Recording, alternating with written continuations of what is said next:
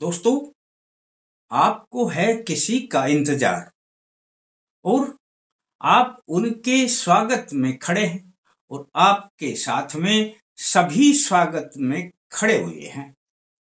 अब नेताजी यानी मंत्री जी आने वाले हैं, तो मंत्रियों के साथ में और भी गाड़ियों का काफिला चलता है और उनके साथ मंत्री जी के साथ दूसरे महत्वपूर्ण व्यक्ति भी हुआ करते हैं।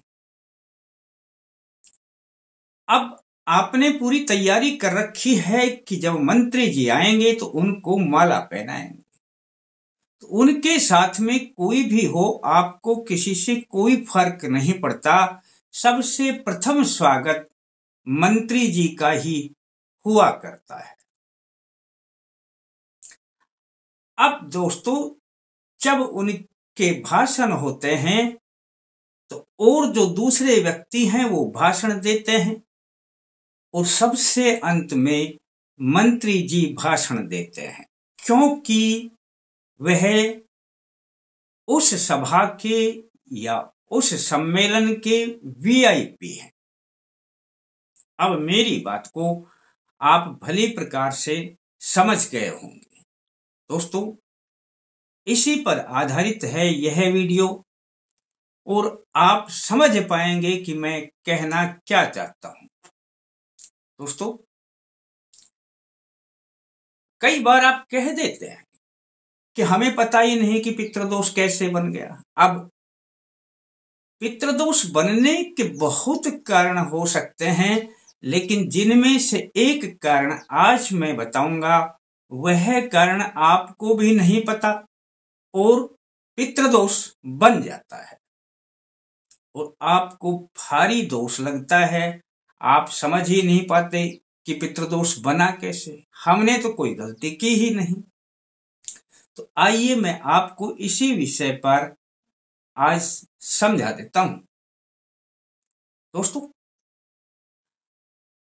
आपने कभी भी देखा होगा, आपके घर में जब कोई फंक्शन होता है, विवाह, शादी, उत्सव या जब भी कोई मानतान किया जाता है अपने घर का, और जो देने वाला पक्ष है और वो आपका मान सम्मान करेगा, तो सबसे पहला मान सम्मान अपने पितरों के नाम का हुआ करता है।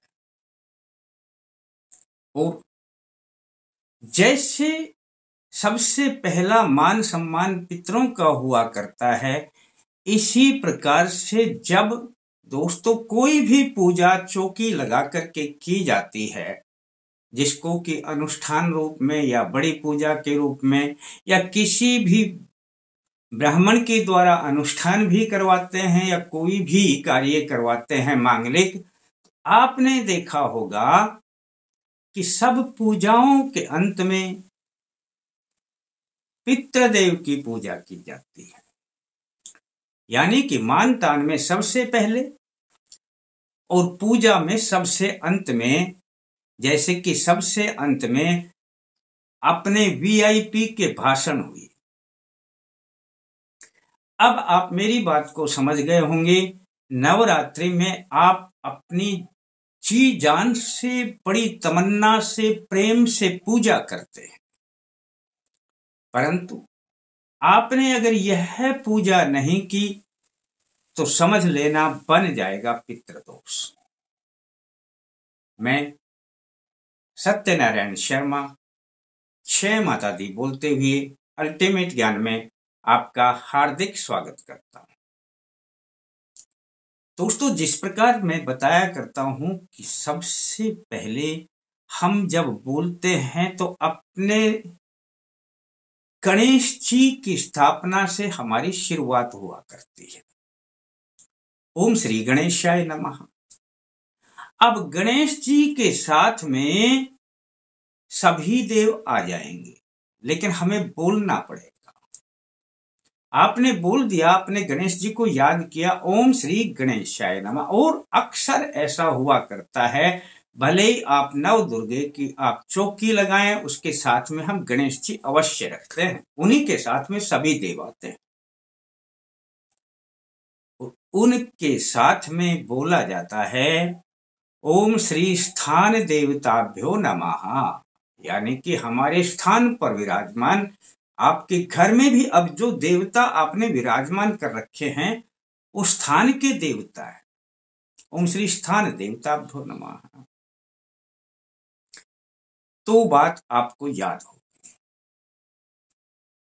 तीसरी बात, ओम सर्वेभ्यो देवेभ्यो नमः, सभी देवों को, अब जितने भी देव हैं वो सब आ जाते हैं। ओम श्री, अपने इष्ट जो है उसको याद करो। ओम श्री इष्ट देवता को नमः, अक्सर हमें याद कर लेना चाहिए। ओम श्री कुल देवताभ्यो नमः, इनको अलग से याद कर लेना चाहिए। ओम श्री कुल देवताभ्यो नमः में कुल देवता और कुल देवी दोनों ही आ जाते हैं। दोस्तों, अब इसके साथ में आप मां दुर्गे की किसी भी प्रकार से पूजा करें, जैसे भी आप चढ़ाएं उनको, वो सब चीजें आपकी मान्य होंगी। आपकी पूजा यहां से समझ लेना कि पूर्ण होने जा रही है। लेकिन इसके बाद में आप भूल जाते हैं, क्योंकि सबसे अंत में इस पूजा के बाद में आपने ओम श्री पितृदेवताभ्यो नमः, हम पितृदेवों का भी आवाहन करेंगे और उनकी भी पूजा करेंगे।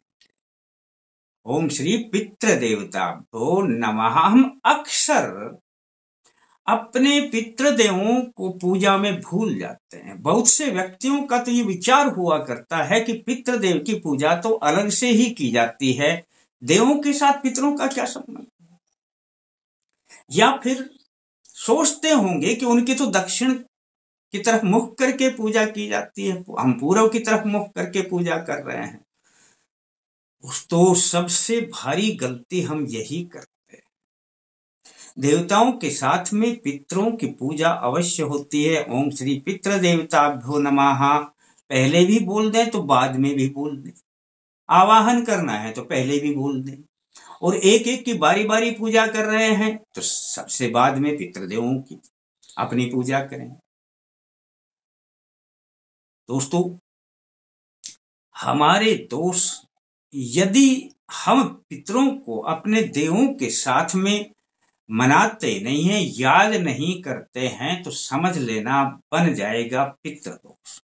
पितृदोष तो देवों का इसमें असम्मान होता है, यानी कि उनका जब सम्मान नहीं होता कहीं पर तो पितृदोष बनेगा ही बनेगा, उसे कोई रोक नहीं सकता है। और एक छोटी सी बात है कि जब आपके घर के देव हैं तो उनमें आपके घर के देव में प्रथम देव पितृदेव ही हैं, और उनको हमने वीआईपी रूप में सबसे अंत में लेना है, सबसे अंत में बोलना है ओम श्री पितृदेवताभ्यो नमः। अपनी पूजा में, नवरात्रि की पूजा में विशेष रूप से जहां पर आप इस प्रकार की पूजा करते हैं, या वैसे तो कोई भी पूजा करते हैं, पर नवरात्रि की पूजा में खास तौर से ध्यान रखा जाए, या कोई व्यक्ति ये नहीं करता है तो आज से ही इस बात को अपना ले कि अंत में ओम श्री पितृदेवताभ्यो नमः अवश्य बोल करके अपनी पूजा का समापन करें। दोस्तों, अगर यह कर लिया तो समझ लेना कभी पितृदोष नहीं, और पितृदेव भी इतने प्रसन्न होंगे, आपका जो कार्य बनना होगा ना, वह कार्य में भी गति आ जाएगी, शीघ्र बनेगा, और मां देवी भी आप पर अति प्रसन्न होंगी कि आपने अपने पितृदेवों को याद किया है। अन्यथा मां भी कुपित हो सकती हैं दोस्तों, कि जब आप अपने पितरों को याद नहीं करते, अपनों को याद नहीं करते। कर लेना दोस्तों, यदि करेंगे तो समझ लेना कि आपको उत्तम फल प्राप्त होगा, नहीं करेंगे आपकी मर्जी। अच्छा लगे तो किसी को बता देना, और थोड़ा अच्छा लगे तो लाइक करने के बारे में सोच लेना। फिर मिलते हैं दोस्तों नए अंक के साथ, तब तक के लिए जय माता दी।